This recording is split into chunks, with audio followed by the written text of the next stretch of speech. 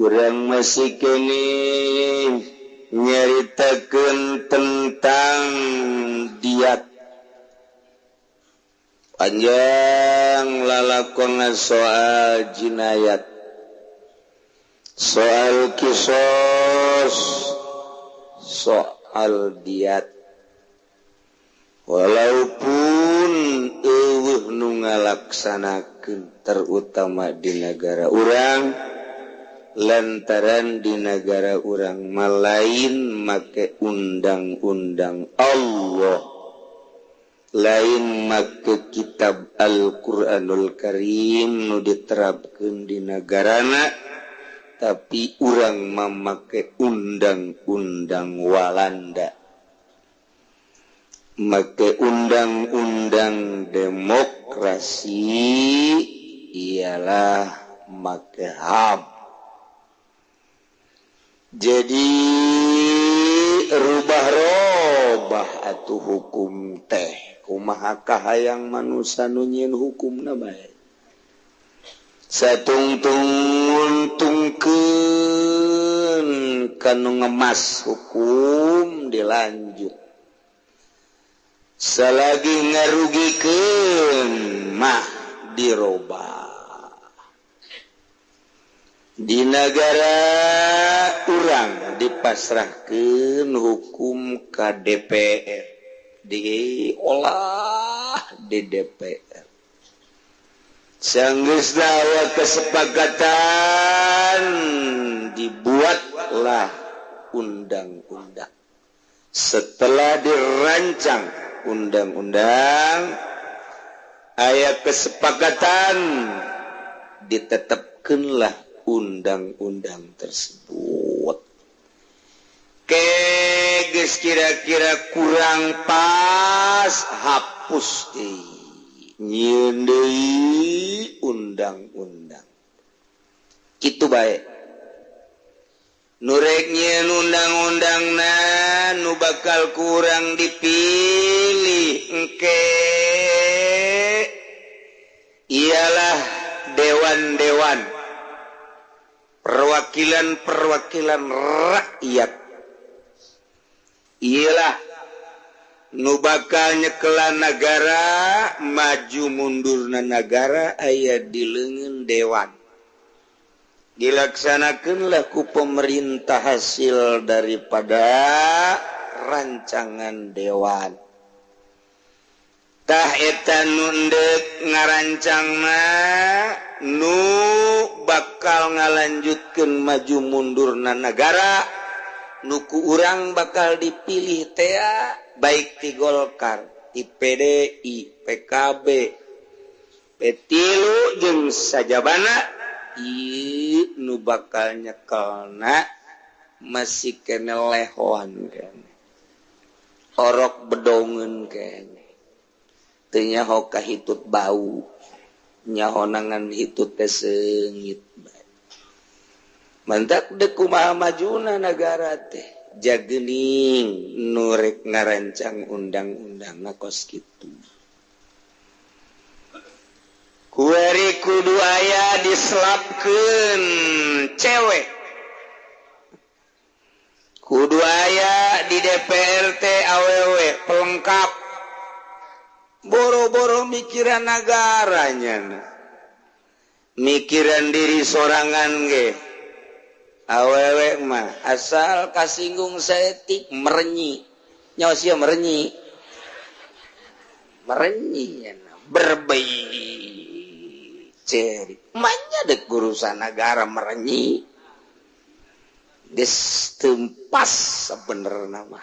Tapi kos kitulah pemikir-pemikir Indonesia. Asli eta teh meunang bangsa Indonesia lain.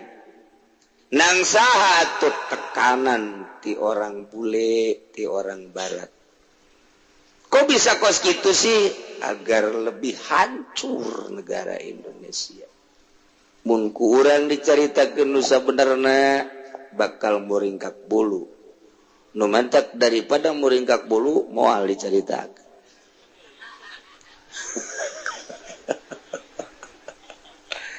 Gitulah Indonesia.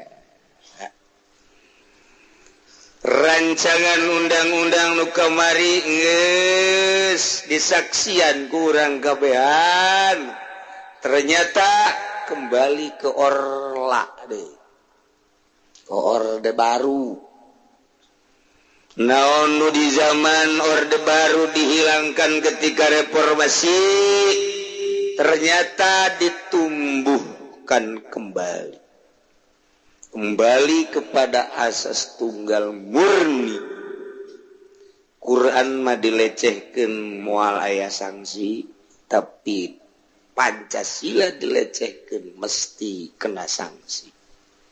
Padahal Quran mah dicekel nage kudu boga wudu, Pancasila mah didiukan ge eueuh nu ngalarang. Tetapi praktekna awas hasil menang bangsa Indonesia lain tekanan di luar negeri. Orang Indonesia nama lalugu, orang Indonesia na balager, piawai, rarapi. Tapi ketika manehna dijadikan wayang ku orang luar, kos kieu lah bentuk negara urang. Buktina ketika nyana pulang di kantor bak kembali ke rakyat ngomongna agamais seakan-akan Quran aya di dadana aya di otakna. Ketika kembali ke kantor Quran geus teu kadelese ti ketik acan nu aya adalah Pancasila jeung demokrasi lain ulah tetapi pelaksanaanna adalah teu jujur jeung teu adil. Dek datang ka iraha wallahu a'lam. Mantak lamun urang teu bisa ngabenahi diri urang nutur-nutur nu kararitu rugi ka bina-bina. Terutama para penegak agama, kiai, ustad geus nyaho mararengkolna para dewan. Geus nyaho teu jujurna pemerintah. Nuturkeun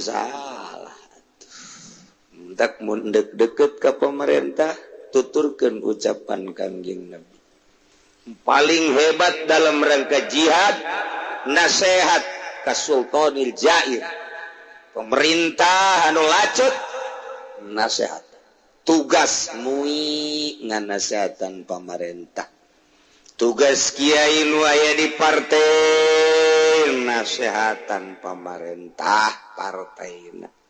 Silahkan bercokol tetapi giroh nasihatna timbul ke. Ternyata barang ditaliti kurang pemerintah teh orang di kaluhan irungna teu bisa nyebut cau teu bisa nganasehatan boro-boro sekup nasional di partai sorangan ge orang milu dahar di jero partai milu meliban milu ngahadean dapur atuh deuk kumaha nasihatanana jadi loloh diloloh kebo teh geus teu meunang ka mana-mana tah parab tah cai tah pirunan wel diloloh ngaranna digawe henteu jamalupun teu lakian bae gawe kebo ieu mah sia mah kebo os kitu tah kebo tuh atuh ayeuna mah hayang di nasional dimui nasehatan atuh kulantaran lain maksud dengan nasehatan aya hiji dua ge nu bermaksud teu kuat kos kitulah mantak almarhum Zainuddin MZ ketika ngobrol jeung kula terakhir ngobrolan terakhir saya tidak akan kembali lagi bercokol di dewan. Emang kenapa Pak Kiai? Ternyata ini bukan nasihatun sesakjana, bukan nasihatun. Wah, ambalaya. Nah, jadinya nangis ngomong luas tentang di pemerintahan. Maningan mandiri cenah hajur negara kabehan yeuh cenah hajur lantaran geus teu bisa dinasehatan. Mana pemerintah nu nurut ka kiai, kiai nu kudu nurut ka pemerintah. Kan ngaranna tidak take and give. Tidak saling. Mun kitu mah pemerintah dinasehatan ku ulama nurut. Ke ulama diajak musyawarah tentang pelaksanaan hasil daripada dewan. Namun memang iya manfaatna gede jeung teu bertentangan jeung agama. Hayu atuh kiai mana nu mureurejengan jeung pamarentah. Lantaran tanggung jawabna gedean ulama. Pamarentah mah aya pertalian jeung duit, ulama mah tanggung jawabna lillahi ta'ala. Allahu akbar. Allahu akbar kabira walhamdulillah. Emang dia tanggung jawab gitu ulama. Barang sah. Mandaki pudoli ngalayang unggal peting. Teteh tanggung jawab pemajikan anak. Aduh. Kos kitulah keayaan di negara orang. Kieu-kieu di negara urang pemerintahna atuh dulur urang, tetangga urang. Ya tetep bae urang secara pribadi mangageing bae. Ai kageing alhamdulillah. Henteu urang geus lepas tanggung jawab urang. Makin ka dieu makin krodit negara urang. Makin parah ngeblesek. Aset-aset negara geus dikuasai ku asing 70%. Mulai orang hareuda dek dikamanakeun negara urang 70%. Saha nu nentang dibukakeun ku kula. Aset negara geus puguh nu jelas-jelas rakyat nyaho nu can nyaho. Tinggal 30% deui. Geh eta mah nu geus kos gitulah. Nu mantak anu sanggup jadi presiden untuk memulihkan sakit anu kritis keur sakarat itu Indonesia. Dicekel suku, aduh. Dicekel leungeun, aduh. Dicekel kaceuli-ceuli nyeri. Ieu mah geus keur diimpus negara Indonesia. Saha nu bisa nyageurkeun calonna ieu adalah Bung Jenggot. Duduk nyageurkeun negara. Abu Rizal apa mungkin bisa nyageurkeun negara? Puguhnya ge hirup kuari babelesekan di dinya. Jokowi apa bisa bakalna ieu teh nyageurkeun negara sementara di deuleu kuari langkah-langkahna terlalu berat ka ditu. Kuno mengamati masa najan di imah bae, oh bagus mah bagus bae, tapi kecenderungan hatina lain kepada bangsa nu beragama Islam. Di kumaha negara teh? Je marukan gua. Atuh cenah urang jeuleu bae maningan Megawati bae kondena geus seragam. Masa dek teruskeun negara, karek coplok. Puguh kamari ge sabaraha nu coplok keur dicekel ku jana aset negara. Gideg nu ngarti mah. Dicekel deui ku saha tu ieu teh? Ku Prabowo. Oh, can kanyahoan. Aya panyakit di jero anu sulit diutarakeun. Basi mangmang. Oh, mungkin ku Nasdem. Pernah menghasilkan naon nyana kan kos kitu. Dek nyekel negara teh lain sambarangan. Nemantak direncanakeun karena ieu can pas, ieu can pas, ieu can pas. Pemajikan SBY bae lah urang taekeun.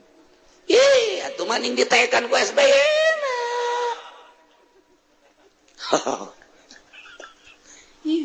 ngaji diat jadi ke calon presiden nu mana ieu encan aya mantak bakal nangke dipilih mana ieu kuari keur neangan ke lembur jang calon presiden kamari geus dideulekeun bae tah budak tah keur nungtun kebo ieu asana ieu adil ye jujur ye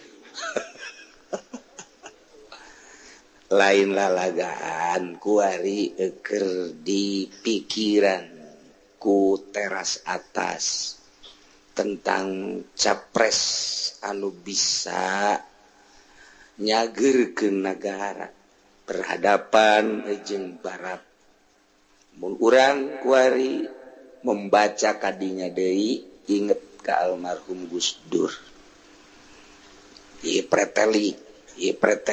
preteli dunia kabeh neuleuh aya naon ieu horenganan dek dirapihan dek nyageurkeun negara ngan bangsa can kuat jeung can paha lain nu dihandap nu dihambat mah teu gampang dilaluhurna sebab nu dititipan terlalu banyak kemudian engke bakal berlawanan mentak urang mundongeng ka tukang deui loba nu kaduhung lain kula ngan teu diucapkeun ku para politikus teras atas sebenarnya kaduhung aturan geus lain kos kieu negara urang kakarak ngartina setelah wafatna Gus Dur ngan teu bebeja isin aturan geus berubah wajah nu kamari ieu camat ngomongkeun dicekel ku Gus Dur mah cenah urang teu puguh naon nu kudu digawean poe ieu jeung naon nu kudu digawean poe isuk camat anu kurang mikir kos kitu kuari mulai karasa justru nu diteangan teh kuari manusia anu berpikiran kos Gus Dur saat kuari diteangan kos gitu sedengkeun kos Gus Dur ngan hiji-hijina iyalah kandas moal ngomong gitu kula lamun kula teu rek dijadikeun presiden presiden abal-abal panjang tah mun nyaritakeun negara bakal panjang menyelamatkan aset nu aya ge geus hese dek dicokot deui komo mengembalikan nu 7% ulah kabeh keuna 50% eungap jasa satungtung kos ieu bae rakyat ieu tetep genjlong bae nah ieu kamari lamun mengamati ketika rancangan undang-undang dasar emang kumaha hasilna kos kieu balik maka ieu mah ngobrolnya tekanan marukan kumaha negara urang kok teu mandiri kunaon sih hasil sekolah hasil belajar di luar negeri mantap naon rempugan mandiri jang bangsa jeung negara cenah eta mah kudu perang atuh masalah sebab teu perang mah moal pinter nganaon ge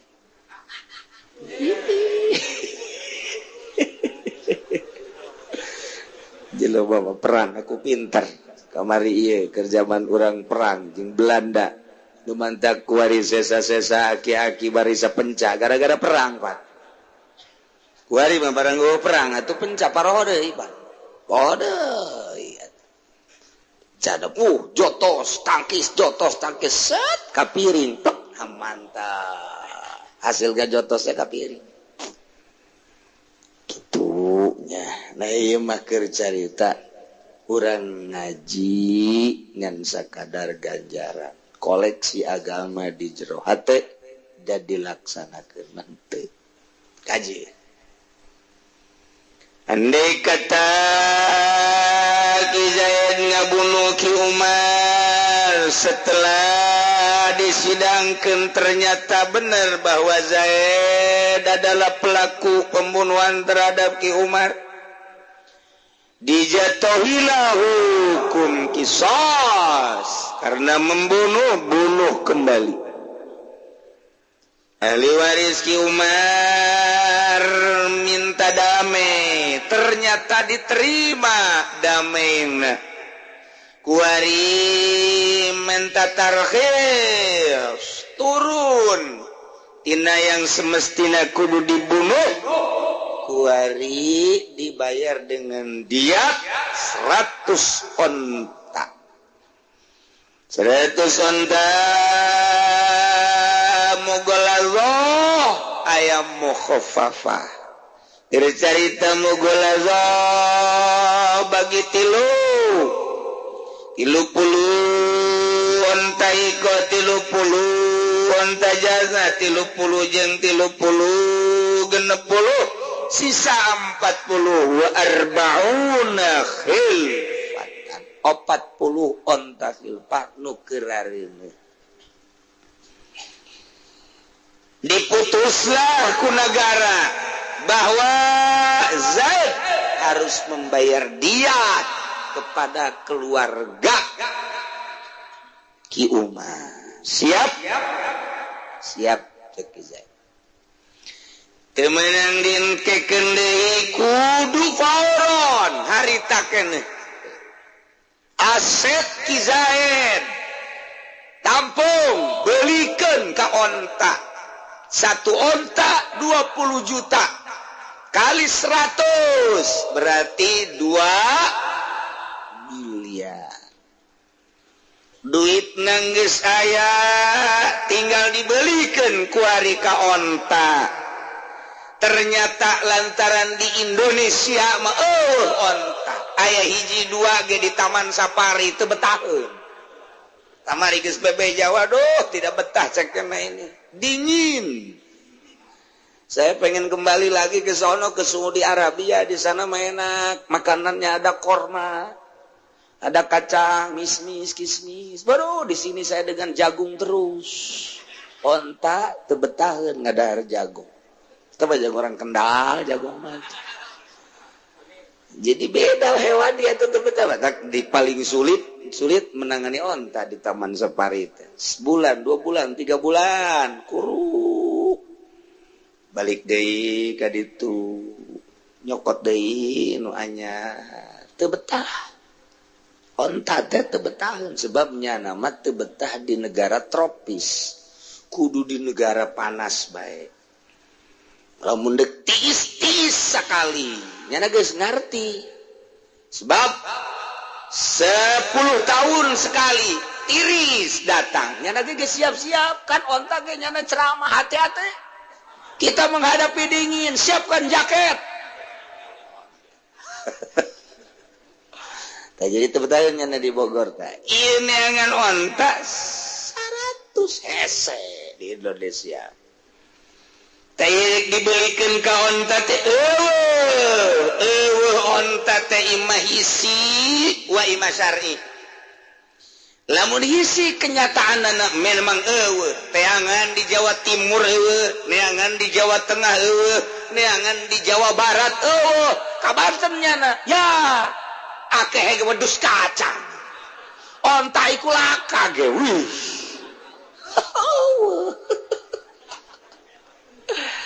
ya Allah neangan ku ari ka Sumatera yang akeh ku monyet onta ya laka maning. Terus ke Medan kan itu paling jago uwa-uwa.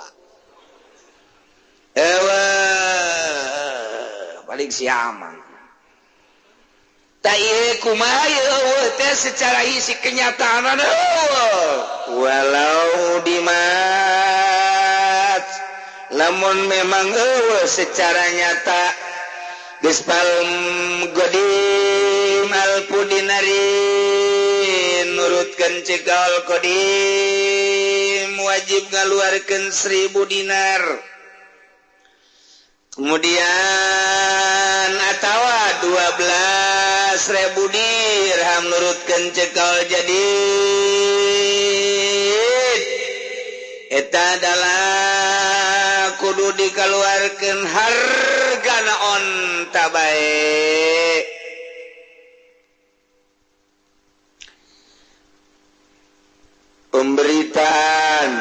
Pemberitahuan yang bernama Pasahlan yang dari Kampung Melayu harap pulang dikarenakan saudaranya meninggal dunia. Innalillahi wa inna ilaihi raji'un. Sekali lagi kepada Bapak Sahlan, tapi Sahlan Kampung Melayu ke Sahlan Cikupa ge milu balik bae deui. Sahlan Kampung Melayu harap pulang saudaranya meninggal. Ayakal qadim ayakal jadi Imam Syafi'i 2 kali ijtihad pertama di Irak Baghdad, ijtihad kedua di Qahirah Mesir. Entah kayak dua kau Imam Syafi'i qadim jadid. Wal qadim khilaful jadid wal jadid khilaful qadim. Qadim lain jadid berbeda jeung jadid. Jadid lain qadim berbeda jeung qadim. Aikal qadim maaf tasyafi'u bil Iraq. Keputusan fatwaan Imam Syafi'i di negara Irak yakni di Baghdad. Kaul qadim seluruh keputusan hasil ijtihad di Baghdad Irak qadim. Lamun kal jadin maaf tasyafi'u bil Qahirah fatwa Nadim Syir na eta kaulna kaul jadid. Seluruh hasil fatwa ijtihad Imam Syafi'i di Mesir adalah kaul jadid. Maka bagaimanakah ketika ta'arud kaul qadim dan kaul jadid? Iza ta'arudal qadim wal jadid fal jadid muqaddamun ila. Ketika perbedaan antara kaul qadim jeung kaul jadid, jadidlah nu dicekal ngan aya nu diistisna beberapa masalah. Ieu mah keur carita kitulah keputusan Imam Syafi'i. Jadi nurutkeun cekal qadim mah ketika di eta nagara onta geus bae putus 1000 dinar uang emas. Lamun 1000 dinar per dinarna 4 gram, 22 mili. Taruhlah 4 gram baik. Sadinarna 4 gram kali 1000 dinar. Berarti seberapa? Berarti seberapa? Sakali deui siapa ngajina sing ngalamun. Sadinarna 4 gram sedangkan 1000 dinar 1000 kali 4 berarti berapa? 4000 gram berarti sagramna 500 juta berarti 4000 gram kali 500.000 4 kali 5 22 miliar mal bodoh ulama. Jahe tunang batur sih. Kira tinggal macaan doang. Mal salah, mal kata dia buka. Mal salah. Ya Allah, ya Rabbi. Teh kan. Nah, menurut kaul jadi 12.000 dirham. 12.000 dirham aya dinar aya dirham. Lamun make uang dirham cuman 2 gram. Geus 2 gram kali 12 gram sekian mili. Hampir 3 gram. Keur carita 2 gram be. 2 gram kali 12.000. 2 kali 12 berapa? 24. Nah bedana setik mun tadi 2 miliar cekal jadi mah sekitar 2,5 miliar. Aya perbedaan setik. Nah ilah cokot kaol jadi berarti 2,5 miliar. Andai kata eueuh onta kumaha lamun memang ayeuna mandeg digantian bae ka hewan anu aya lantaran di Indonesia maneangan onta moal aya paling ge aya hiji dua di taman safari atawa di kebun binatang kudu dibutuhkeun ieu mah 100 kumaha mun ka Cisoka bae ka Haji Nurjaya neangan kebo oh masalah Haji Nurjaya bae untungna gede nya neangan 100 kebo dikiaskeun oh masalah sapi munding eueuh masalah lantaran memang negara urang eueuh onta tapi wain wujida ba'dul ukhizawaki matal baki andai kata di Indonesia teh onta teh aya barang di teangan di Jawa Barat ternyata aya onta ngan aya ge 20 onta aya orenganan di Cianjur sekalian miara embe miara onta lu lumayanan ceknya sugan laku ye onta ye dipiara kunyana boga 20 nu dibutuhkan 100 ternyata aya 20 kurang na 80 wa in wujida badun ukhida aya 20 di Cianjur cokot sesana wa qimatal baqi harga sesana nu 80 deui hargakeun sabaraha kurang kumaha ku ari lamun ngabunuhna wewe wal maratu kanis birajulin wewe masa kumaha dina segala rupana ge saparo lalaki namun lalaki 100 onta awewe mun ngabunuh berarti 50 onta itu kene khunsa wandu teh boga alat vitalna 2 alat awewe aya alat lalaki aya 2 nya namanya rengel bae itu satungtung manehana nancan kanyahoan ka mana kecenderungan hatina eta teh khunsa muskil ngaranna ketika kanyahoan kecenderunganana dihukuman lah sesuai jeung cenderungnya na tah nganyahokeunana supaya ulah muskil kumaha khunsa sedangkan dia kan ngabunuhnya na eta kan nganyahokeunana lamun keur balik teh mah meme balik geus kanyahoan hiji ku ahli fikih teh diteliti hudang isuk-isuk ieu alat nu 2 heulaan mana coba mun kieu lamun kieu ternyata heulaan sok dinu senyum wer oh cewek berarti ya lamun kaluarna tinu nonton berarti cowok tinggal gitu bae eta keur leutik deh geus kanyawan kan lamun bapana maot nyana kan muskil kene sedengkeun umurna kakarak 5 tahun kapan ieu diparoin tah ieu kaasukeun lalaki tah cewek ieu nah cara nganyahokeunna kieu lamun dibagi langsung atuh ditangguhkeun bae ke datang ka balik mangga lantaran dulur-dulur nambau kuari bae geus ya babari bae pikir mah kihna heulana ai bogoh macan kanyahoan kihna ka mana nu ti heula ka eta hukum kos itu babari ternyata geus dewasa kecenderunganna kuari mah ieu nama siapa kamu saya Betty oh Betty kamu senangnya sama cewek apa cowok sih saya senangnya sama cowok bener iya kalau sama cewek jijik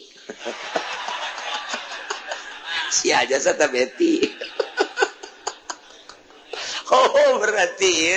Lantaran resepna ka cowok status jana berarti cewek lamunnya le bogona ka cewek Ben ya saya jangan Betty namanya tuh dulu kenapa saya dinamain Betty habis siapa saya Rijal. Rijal. Pakai abu nggak? Boleh, abu-abu Rijal lah. Oh, berarti cowok atuh. Sebab senengna ka cewek. Tah eta geus teu muskil deui. Tapi aya bae nu muskil keneh. Begitu datang ke gede, kiina bareng bae. Lamun keluar bareng cer dua. Dihandap keluar ti luhur keluar. Saya baca ulama aing neuk kumaha ieu. Ki unggal ki bareng bae. Barang datang ka dewasa ditanya, sia bogona kasa? Aing mah akur bae. Kalalaki resep, kawe resep. Sugan gedean kasa teu akur bae. Mun teu resep kabeh. Muskilna kan terus. Tah ieu ngaranna muskil kos kitu. Khun sa muskil. Mantak diatur ku ulama. Geus eueuh anu katinggal. Al yauma akmaltu lakum dinakum wa atmamtu alaikum ni'mati wa raditu lakumul Islam madin. Geus selesai. Cek Kangjeng Nabi di akhir kula sangat khawatir. Naon cek sahabat tu dikhawatirkeun? Nu dikhawatirkeun teh umat kaula engke bakal loba anu ngakuran ka umat Kangjeng Nabi Lut alaihi salam. Cek sahabat masa sih? Ih, coba. Lutiyah cek Kangjeng Nabi. Bangsa kaum Lut. Lalaki geus embungeun ka awewe, reseplah ka lalaki, ngadumling. Geus reseplah ka lalaki deui. Keur ieu mah cak urang mah nya lalaki resep ka lalaki, tapi ternyata barang urang hirup di tahun 2012, 2013, lain di kota besar bae. Urang geus menyaksikan di kampung lalaki resep ka lalaki, awewe resep ka awewe, homoseksual lalaki resep ka lalaki, lesbi awewe resep ka awewe. Teu kudu ka kota besar, di sekitar pasar kemis ka kampung ge geus loba anu gideg indungna lantaran masa anak kula awewe bobogohan jeung awewe deui. Heran cenah kula mah cak indungna. Manja sila lawan bogoh ka awewe deui cenah ieu kuari keur bobogohan jasa cenah ieu malah minta dikawinkeun. Cak mana kumaha ngawinkeun lah ieu. Moal dicaritakeun kampung manana geus loba nu laporan ka kaula lain sakampung bae. Lalaki resep ka lalaki baheula mah perkumpulanan di Pasar Anyar Tangerang. Kabelah dieu aya di Doyong, diubrak-abrik pindah ka Pasar Kemis. Cita kumaha nya loba lalaki, bogoh ka lalaki. Nah, eta keur carita di Indonesia. Urang tingali ka ditu ka Amerika. DPR Amerika di ke Presiden Obama dipaksa ku rakyat anu homosek supaya mengeluarkan undang-undang lalaki mesti disahkan kawin ka lalaki. Di demo Obama, matak lulumpatan cenah karangkas betung. Saya di demo cenah ieu. Waduh, Obama karangkas horeng kos Obama loba. Nah ternyata Obama teu kuat, parlemenna ngayakeun musyawarah darurat, desakan daripada rakyat Amerika. Timbullah satu hukum sah laki-laki kawin dengan laki-laki geus disahkeun ku Amerika. Negara kedua Perancis, negara ketiga Inggris, negara keempat Jerman, negara-negara kapitalis, negara-negara liberal geus ngasahkeun lalaki kawin ka lalaki. Dina Irsadul Ibad ngaji urang ditungtung. Oh iya horengan anu dicaritakeun ku Kangjeng Nabi, umat kaula engke sangat khawatir. Teu dikhawatirkeun urusan nu lain mah, tapi ieu bakalna lutiyah. Bangsa kaum Kangjeng Nabi Lut, lalaki resep ka lalaki, awewe resep ka awewe. Ya Allah ya Rabbi, tidak menutup kemungkinan di Indonesia engke mun geus loba dituntut DPR. DPR. Tuntutan awal penyakit nu terjangkit nu sulit obatna HIV virus. Karena pergaulan bebas di Amerika minta dialokasikan geus di pinggir laut. Mantap lamun ke Amerika coba gaya di pinggir laut ulah sembarangan kadinya eta baris anu virus jeung virus. di Indonesia khawatir lantaran loba orang Amerika, orang Inggris, Jerman ke Indonesia, orang Belanda. Nah, make kondom, asal aya kondom teh ya, eta tah untuk menjaga kos karar itu. Ternyata aya warga Bali kena virus AIDS. Mohon ke pemerintah. Ternyata begitunya neges ngomong, lain hiji orang di Bali teh ya. Mimiti aya belasan, kabelah dieuna puluhan. Di Yogyakarta. Mahasiswi mangkani. Ait di Jakarta, di Bandung. Dikumpulkan ku pemerintah orang lantaran eta mah bahaya. Di Jatiuwung. Ya kari teu bisa aya obatna nu Gusti. Obatna. Tah ieu teh kuari geus mulai minta tuntutan ke pemerintahan encanon gitu melambung bae isin kene karena geus ratusan di Indonesia, Masya Allah, bahkan geus ribuan. Indonesia nu aid geus ribuan, anu homoseksual geus ribuan, tidak menutup kemungkinan sarua terjadi jeung di Amerika. Lamun geus kos itu kumaha? Ilah negara liberal mah kos kitu. Dia lain kudu dikitu-kitu. Nah, balik deui bangsa Indonesia ke aslina manta kunaon? Ja bangsa Indonesia mah agama isi baheula ge. Dicekelna teh ku pemimpin-pemimpin agama Islam Al-Qur'an. Balik coba ge ka Al-Qur'an. Hate masing-masing, ulah korupsi, ulah mabok, ulah zina, aman. Moal aya nu meuli kondom ujian. Kuari mah kondom teh wah, wahara datang ka lembur-lembur. Lembur kuari di lembur urang teh emang henteu aya nu nyieunnan kondom. Nyieunnan kondom kuari teh di lembur urang dengan ukuran yang sangat besar. Sia seuri tolol ku nyaho bae.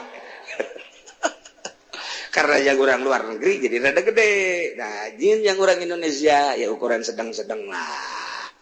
Ieu nandakeun naon ieu Gusti? Pabrik kondom lagi di Pasar Kemis. Iya emang teu nyarao, emang aing teu nyaho atuh sia leuwih nyaho aing nyaho keneh. Di Pasar Kemis. Pabrik kondom teh di urang. Masya Allah karim. Nah, balik ke Al-Quran aman. Ya kos urang kos kieu urang mah atuh aman. Bisa ngomong jelas teh atuh urang mah lain pelaku. Penonton doang. Sekali-sekali cobaan lah coba. Ayo negara acak-acakan sih hade kaharepna wallahu a'lam. Keur urang leutik dipimpin ku DPR nu rapi deres. DPR nu eta zaman kolot urang geus areueuh kuari. DPR nu kuari acak-acakan. Calon DPR nu bakalna leuwih acak-acakan. Ndek diharepkeun beres kumaha negara. Kiaina nu baheula gede karena Allah na rapi. Di zaman bapak urang geus teh aya zaman-zaman kabelah dieuna kiai geus teu karena Allah acak-acakan isuk pageto di zaman anak urang hancur ujian sanu abdi di karena Allah na jauh atuh geus eueuh mah kiai make sertifikat nah naonan kiai make sertifikat coba geus berarti ngaleungitkeun karena Allah ih ai anu karena Allah mandek dikiaikeun deuk teh atuh sabodo aing mah magaan ngaji bae. Sia ka aing nyaikeun kumaha sia aing kabuyakeun kumaha sia ka aing mah ngaji atuh lulus. Sia ka aing sia bae atuh lulus. Nu penting ngaji pake beres. Sia deuk nyebut mang haji, deuk mang tolol, mang goblok gua salah. Karena Allah ngaranna. Ai ke sertifikat engke sertifikat kiai digadekeun ka bank. Haji Podoli geus siap bae nek ngagadekeun. Ya ujung-ujungna teh kumaha negara ji eueuh nu ngadidik karena Allah kos kitu ujung-ujungna kabeh diulik urusan kaduniaan. Iyalah kiai bermakna kapitalis. Ieu nu keur dikembangkeun di Indonesia teh. Ideologi kapitalis geus merambah ka kiai-kiai, ka ustad-ustad. Masya Allah. Deuk kumaha nasib bangsa kahareup? Wallahu a'lam. Untung urang di Jawa Timur aya keneh kiai nu karena Allah. Sanajan direntok untung di Jawa Tengah aya keneh nu lillahi ta'ala sanajan direntog terus disinisan terus karena Allah sia sinis rombongan sinis sia terus aing mah jalain ka sia ka Allah dingiaikeun sia ka aing heuy dek ngaustadikeun sia ka aing moal enggak dek ngamangajikeun bae ulus dek si tolol bae atuh kumaha sia bae pokona aing mah ngaji karena Allah geus beres titik geus tukur make sertifikat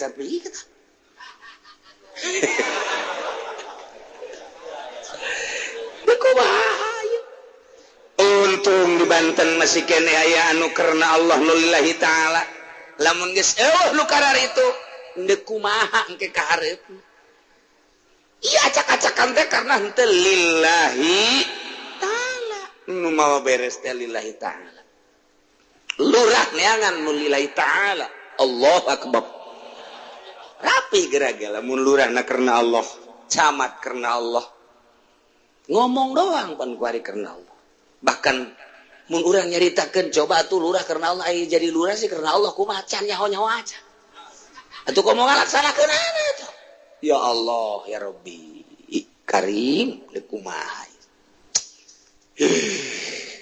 onta onta wal baratu wal hunsa kadis rajulin nafsan carita ngebunuh awak-awakan juran carita penganiayaan tentang tatu-tatu wa yahudiyun wa nasraniyun kafir Yahudi kafir Nasrani sulusum muslimin seperti lu lamun 90 30 ngaranna seperti lu teh tinggal nu 10 deh bagi tilu berarti 30 tilu perempat wa majusyun ay Yahudi ma kitabna Taurat ay Nasrani ma kitabna Injil pengakuanna doang padahal mah Taurat jeung Injil geus muharraf tahrif geus dirubah dalamun asli Taurat jeung Injil mah pasti iman ka Allah iman ka Kangjeng Nabi Muhammad sallallahu alaihi wasallam kafir majusi 2/13 muslim leuwih wa kadza wasariun kitu keneh sarua jeung kafir majusi kafir wasani anu nyana boga pengamanan di negara urang andai kata nyana ngabuluh ieu sulusa asyara wal mazhab nurutkeun cek mazhab sanyana jelema nu teu datang ka manehanana ajaran Islam mun nyana keukeun nyekelan agamanya teu dirobah diatna adalah diat agamanya andai kata aya Hindu teu pernah datang ajaran Islam ta eta teh nyana cicing di pakulonan cicing di kutub ngan geus hese kuari mah nu teu datang ajaran Islam hese aya radio aya televisi komo aya nama aya HP mengglobal ka mana-mana ini jadi geus hese nyarita eueuh informasi agama ieu mah andai kata eueuh informasi agama nyana teu ngaganti agama nyana bae andai kata nyana ngabuluh kemudian musyawarah tentang diatna kumaha cek agama nyana wa ila lamun teu nyekelan paka majusi faslun wallahu a'lam.